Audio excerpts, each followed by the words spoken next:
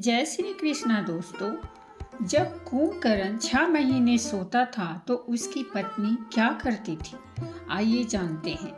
एक बार की बात है, भगवान श्री कृष्णा और देवी सत्यभामा अपने महल में विश्राम भवन में आराम कर रहे थे और रामायण के कुछ प्रमुख पात्रों के बारे में बातचीत कर रहे थे।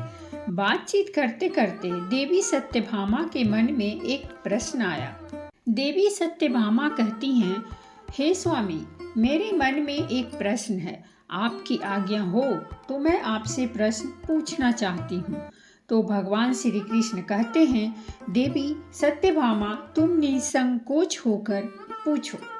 मैं तुम्हारे हर प्रश्न के रहस्य बताने के लिए तैयार हूँ।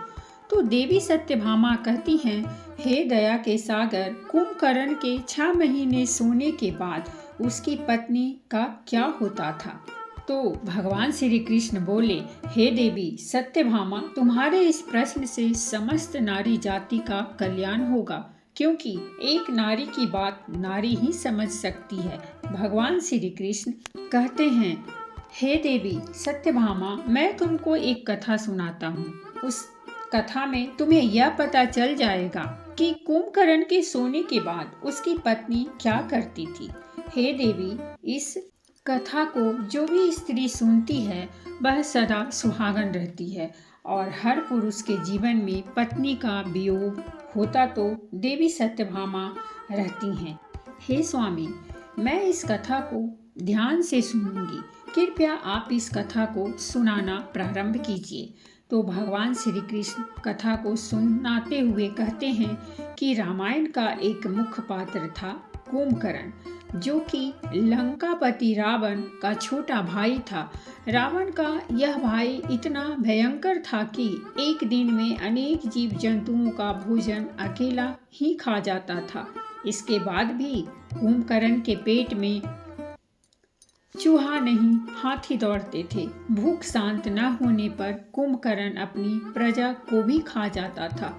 ब्रह्मदेव भी कुंभकर्ण की शक्ति से दुखी थे, क्योंकि ब्रह्मदेव को पता था कि आज नहीं तो कल कुंभकर्ण की भूख से संसार में हाहाकार मच जाएगा। फिर एक दिन रावण, कुंभकर्ण और विभीषण तीनों भाइयों ने मिलकर ब्रह्मा जी की तपस्या प्रारंभ की। काफी दिन तक घोर तपस्या करते रहे। फिर ब्रह्मा जी उनके सामने प्रकट हुए। ब्रह्मदेव ने तीनों भाइयों से वरदान मांगने को कहा, तो रावण ने अमृत प्राप्ति का वर मांगा, लेकिन यह वरदान देने से ब्रह्म देवता ने मना कर दिया और कहा कि तुम्हारा जीवन तुम्हारी नाभि में स्थित रहेगा, जिससे शत्रु आसानी से तुम्हारा वध नहीं कर पाएगा। वहीं जब बारी विभीषण की आई तो उन्होंने संपूर्ण जीवन में विष्णु भक्ति मांगी।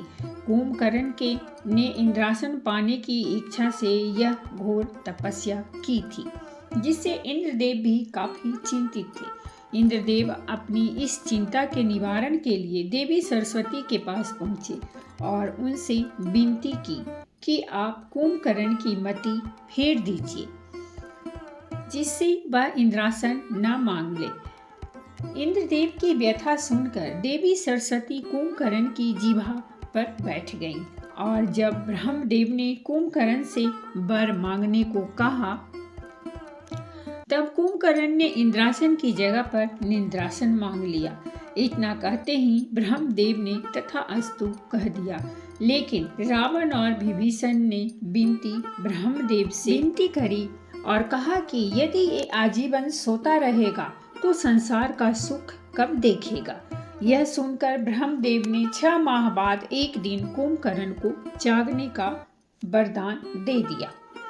कुंभकर्ण को जागने का वरदान दे दिया और अगले दिन से 6 महीने तक सोने को कह दिया। सोते रहने के वरदान के साथ साथ ब्रह्मदेव ने यह चेतावनी भी दी थी कि यदि कोई समय से पूर्व कुंभकर्ण को जगाएगा तो वह दिन कुंभकर्ण का अंतिम दिन होगा।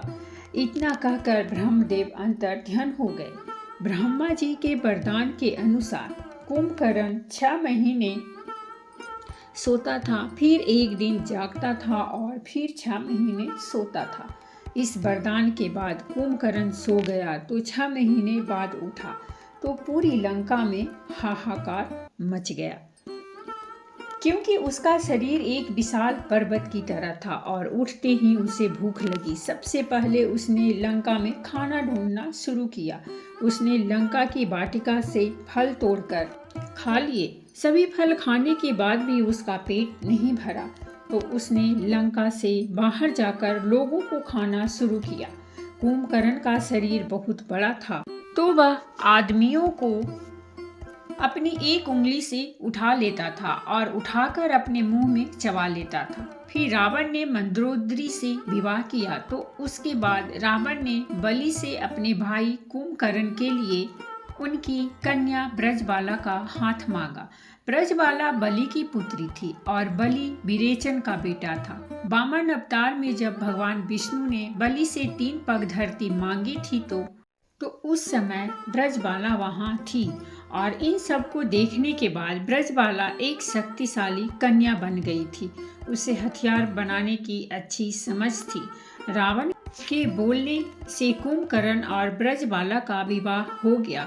ब्रजबाला कुंभकर्ण के साथ लंका आ गई और लंका में बड़े बड़े अस्त्र शस्त्र बना रही थी। कुछ समय के बाद ब्रजबाला और कुंभकर्ण के 2 बेटे हुए, जिसमें एक का नाम कुंभ और दूसरे का नाम निकुंभ था। इसके अलावा कुंभकर्ण ने 2 विवाह और किए थे और यह दोनों विवाह उसने अपनी मर्जी से किए थे। कुंभकर्ण की दूसरी पत्नी का नाम करकटी था। करकटी एक राक्षस पुत्री थी जो सह्याद्री की राजकुमारी थी, जिस पर कुंभकर्ण मोहित हो गया था और बाद में कुंभकर्ण ने करकटी से विवाह कर लिया था। करकटी से कुंभकर्ण के पुत्र भीमासुर का जन्म हुआ, जो कि एक क्रूर राक्षस था। करकटी कुंभकर्ण के साथ लंका में नहीं रहती थी, वह पर्वत में रहती थी और अंत तक वही रही। कुंभकर्ण का तीसरा विवाह कुतुबपुर के महोदर नामक राजा की बेटी तड़पमाला से हुआ था, जो बाद में लंका में ही रह रही थी। कुंभकर्ण की पहली पत्नी ब्रजबाला को रावण ने लंका की शास्त्र बनाने वाली सेवा का सेना नायक बना दिया, क्योंकि उसे शास्त्रों के बारे में बहुत ज्ञान था। इसीलिए वह अपनी सेवा के साथ शास्त्र बना रही थी और कुंभकर्ण की तीसरी पत्नी तड़पमाला उसके लिए 6 महीने तक भोजन बनाती थी, ताकि जब कुंभकर्ण उठे तो उस भोजन को खाकर उसकी भूख मिट जाए। दोस्तों, रावण और कुंभकर्ण शुरू से राक्षस नहीं थे, एक श्राप के कारण वह राक्षस बने थे। धर्म ग्रंथों के अनुसार भगवान श्री विष्णु के दरबार में जय और विजय नाम के 2 द्वारपाल थे। एक बार सनत, सनातन और सनत कुमार नाम के 4 मुनि भगवान श्री विष्णु के दर्शन करने के लिए आए थे और समय जय और विजय नाम के श्री विष्णु के 2 पहरेदार ने उनकी हंसी उड़ाते हुए उन्हें रोकने का प्रयास किया। इससे वे चारों मुनि बहुत गुस्से में आकर श्राप देते हुए बोले कि तुम्हारे कर्म तो असुरों जैसे हैं, इसलिए तुम इसी क्षण असुर हो जाओ, यहाँ तुम्हारा कोई काम नहीं। इस पर जय और विजय को अपनी गलती का एहसास हुआ और उन्होंने उन ऋषियों से क्षमा मांगी। इस पर उन ऋषियों ने कहा कि हम श्राप तो वापस नहीं ले सकते, परंतु इतना हो जाएगा कि तुम्हें हमेशा के लिए नहीं बल्कि 3 जन्मों के लिए असुर योनि में रहना पड़ेगा और तीनों ही जन्मों में तुम्हें मुक्त करने के लिए स्वयं भगवान श्री विष्णु आएंगे। उसके बाद तुम फिर इस पद को प्राप्त कर लोगे। त्रेता युग के समय रामायण में भी कुंभकर्ण के पूर्व जन्म का उल्लेख है। असल में एक ऋषि के श्राप के कारण कुंभकर्ण जंगल में भटक रहा था। इस समय वहां पर भगवान विष्णु पहुंचकर बोले कि तुम मुझे मत ढूंढो, जब समय आएगा तो मैं तुम्हारे पास आ जाऊंगा। इसके बाद जब विष्णु ने श्री राम का अवतार लिया और अयोध्या नगरी को धन्य किया, कुंभकर्ण के बारे में बताया जाता है कि वह दूरदर्शी था और उसे पहले से ही पता था कि श्री राम कब लंका में आकर मेरा उद्धार करेंगे, परंतु अपने उद्धार से पहले उसने अपने भाई होने का धर्म भी निभाया। असल में जब श्री राम ने माता सीता के लिए लंका पर चढ़ाई की और लंका की सेवा से युद्ध करने जा रहे थे, तो यह सब देखकर रावण ने अपने भाई कुंभकर्ण को जगाया था। बहुत मुश्किल से कुंभकर्ण के जगने के बाद रावण ने पूरी बात कुंभकर्ण को बताई थी। तो कुंभकर्ण ने रावण को समझाते हुए कहा कि हे भ्राता, आपके पास 5 कन्याओं में पूजित संसार की सबसे सुंदर कन्या मंदोदरी है, जो कि आपकी धर्म पत्नी है और मेरी माता समान भाभी हैं। इसके बाद भी आप जंगल में भटकते हुए एक स्त्री का हरण करके अपने राज्य में ले आए और उसे भी अपनी पत्नी बनाना चाहते हो। अभी भी वक्त है, आप प्रभु श्री राम से माफ़ी मांग लीजिए, उनकी शरण में चले जाइए। वह मर्यादा पुरुषोत्तम है, वह आपको क्षमा कर देंगे। और इस पर रावण को कुंभकर्ण पर क्रोध आया और क्रोधपूर्वक कुंभकर्ण से बोला कि तुम्हें युद्ध नहीं करना हो तो मत करो, परंतु मुझे ज्ञान मत दो।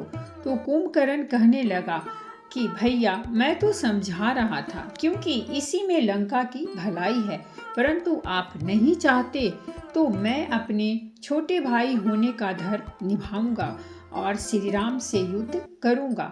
इतना कहकर कुंभकर्ण रणभूमि की ओर चल पड़ा। जब कुंभकर्ण रणभूमि की तरफ जा रहा था तो ऐसा लग रहा था जैसे बड़ा पर्वत जा रहा हो। कुंभकर्ण ने रणभूमि में पहुंचकर बानर सेना में हाहाकार मचा दिया। उसने भगवान श्री राम की सेना को तितर बितर कर दिया और न जाने कितने ही बंदरों को भी मार दिया था। तो यह सब देखकर श्री राम ने देखा कि कुंभकर्ण अब नहीं मानेगा।